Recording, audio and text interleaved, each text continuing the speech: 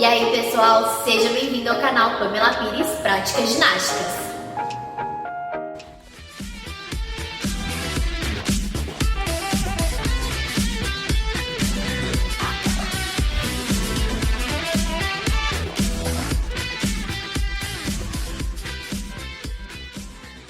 Finalmente estamos de volta depois de mais de 2 meses sem trazer novos conteúdos aqui para o canal. E hoje vamos ressuscitar um dos quadros deste canal, que é o quadro Vocabulário Ginástico.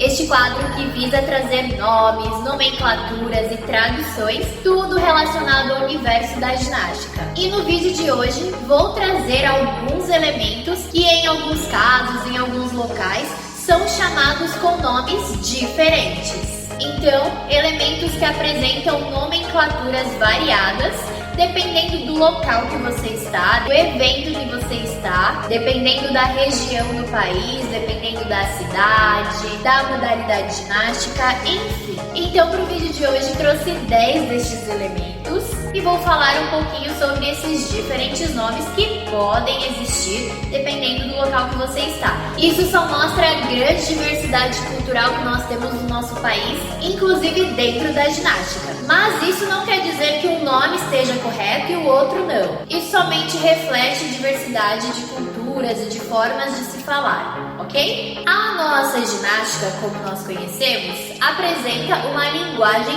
universal quando estamos falando em nível internacional, para que todos os países, independente da sua língua e da sua cultura, possam entender objetivos, regras e demais aspectos relacionados à nossa modalidade. Porém, com relação a nomenclaturas, existe sim algumas diferenças e muitas vezes a própria tradução de um nome, de um elemento, não é igual nos diferentes países. E muitas vezes pode acontecer essa diferença, até mesmo aqui dentro do nosso próprio país, por conta de um professor ou treinador muitas vezes precisar encontrar uma forma alternativa de nomear este elemento para ficar de mais fácil compreensão e assimilação dos nossos alunos. Eu, por exemplo, para alunos muito pequenininhos, geralmente eu chamo salto estendido de salto palitinho, rolamento de cambalhota, estrela de estrelinha. Então, muitas vezes a gente tem que adaptar o nome do elemento apenas para essa fase, para que fique mais fácil o aluno compreender o nome do elemento, associar o nome ao tipo de movimento, e aí conforme esse aluno vai crescendo, ele vai aprendendo os nomes oficiais e se acostumando com esses nomes, com essas nomenclaturas. Bom, então vamos lá. Começando por um dos mais básicos, o Y. O Y, ele apresenta esse nome porque o formato deste elemento lembra a letra Y, mas não necessariamente ele é chamado com esse nome em todo lugar. Já ouvi falar de bandeira, puxada lateral, então se você já ouviu um desses nomes, muito provavelmente vai estar sendo abordado este elemento Y. E o escorpião? O escorpião, que é um elemento que nós fazemos uma puxada posterior da perna, então nós puxamos a perna por trás. Ele também muitas vezes é chamado de puxada apenas, ou de middle, bucle, e também existem algumas outras nomeações dependendo do tipo de prática que você faz. E o espacate? O espacate também recebe nomes diferentes dependendo de onde você está ou do que você está praticando. O espacate, em alguns casos, também é chamado de espacato, abertura, já ouvi também espargata, e até mesmo nas suas próprias variações, como espacate lateral, espacate antero-posterior. O espacate lateral pode também ser conhecido como abertura de segunda, que muitas vezes é o nome que se utiliza nas danças, e o espacate antero-posterior, que também muitas vezes é chamado de abertura frontal, espacate frontal. Então essas pequenas variações de nomenclatura.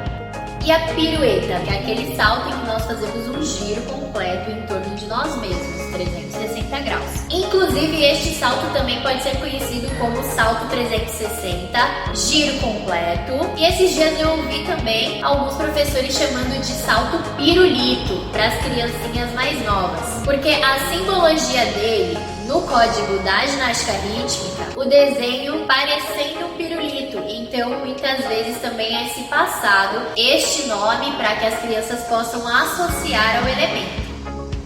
Ainda falando de saltos, um dos saltos que mais tem diferença de nome é o salto gato. Em muitas competições, nas narrações oficiais, se chama muitas vezes o salto gato de salto lobo. Em muitos lugares é conhecido como salto gato, em muitos lugares é conhecido como salto lobo. Mas, por exemplo, o nome oficial deste elemento em inglês é wolf jump. E traduzindo, wolf quer dizer lobo, então, teoricamente, salto lobo estaria mais correto. Mas também, como se é largamente utilizado o salto gato, então acaba que os dois nomes são muito válidos para se referir a esse elemento.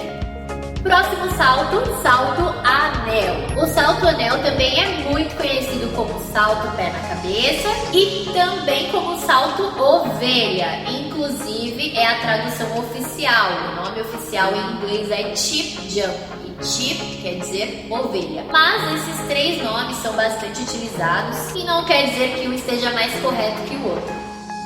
E o rodante. Em muitas narrações de competições na TV, por que se fala rondada ao invés de rodante? Na verdade, os dois nomes estão corretos, os dois nomes são bastante utilizados, também depende muito de qual local você está, mas os dois estão corretos, os dois se referem ao mesmo elemento.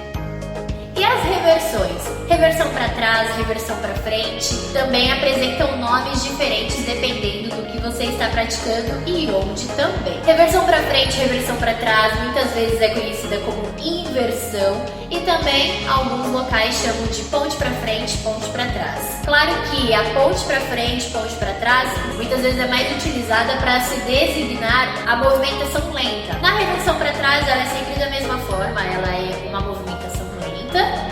Mas a reversão para frente, existe a versão mais lenta, que se utiliza muito mais coluna, muito mais flexibilidade.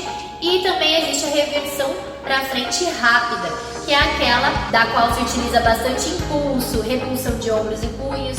Então, a ponte para frente se refere muito mais à reversão lenta para frente do que para a reversão rápida. Já a nomenclatura inversão, muitas vezes ela se refere à reversão para trás. Mas reversão para frente, reversão para trás, ponte para frente, ponte para trás, inversão, independente de qual dessas você utiliza, se está se referindo ao mesmo elemento, tá tudo certo. E por falar em reversão, também está nessa lista o salto reversão. O salto reversão é um elemento da categoria básica que está presente no salto sobre a mesa, no salto sobre as gavetas, no salto sobre o cavalo. Então é um dos elementos básicos que mais são importantes para ter evoluções depois para saltos mais difíceis. O salto reversão, ele também é largamente conhecido como Iber. Então, se você ouvir Iber, salto reversão ou até mesmo a sua nomenclatura original, handspring, essas três nomenclaturas se referem ao mesmo elemento, a abordagem na mesa de salto ou nas gavetas ou no cavalo, de frente, com o apoio das duas mãos, passando pela parada de mãos. Então, é o mesmo elemento nessas três nomenclaturas.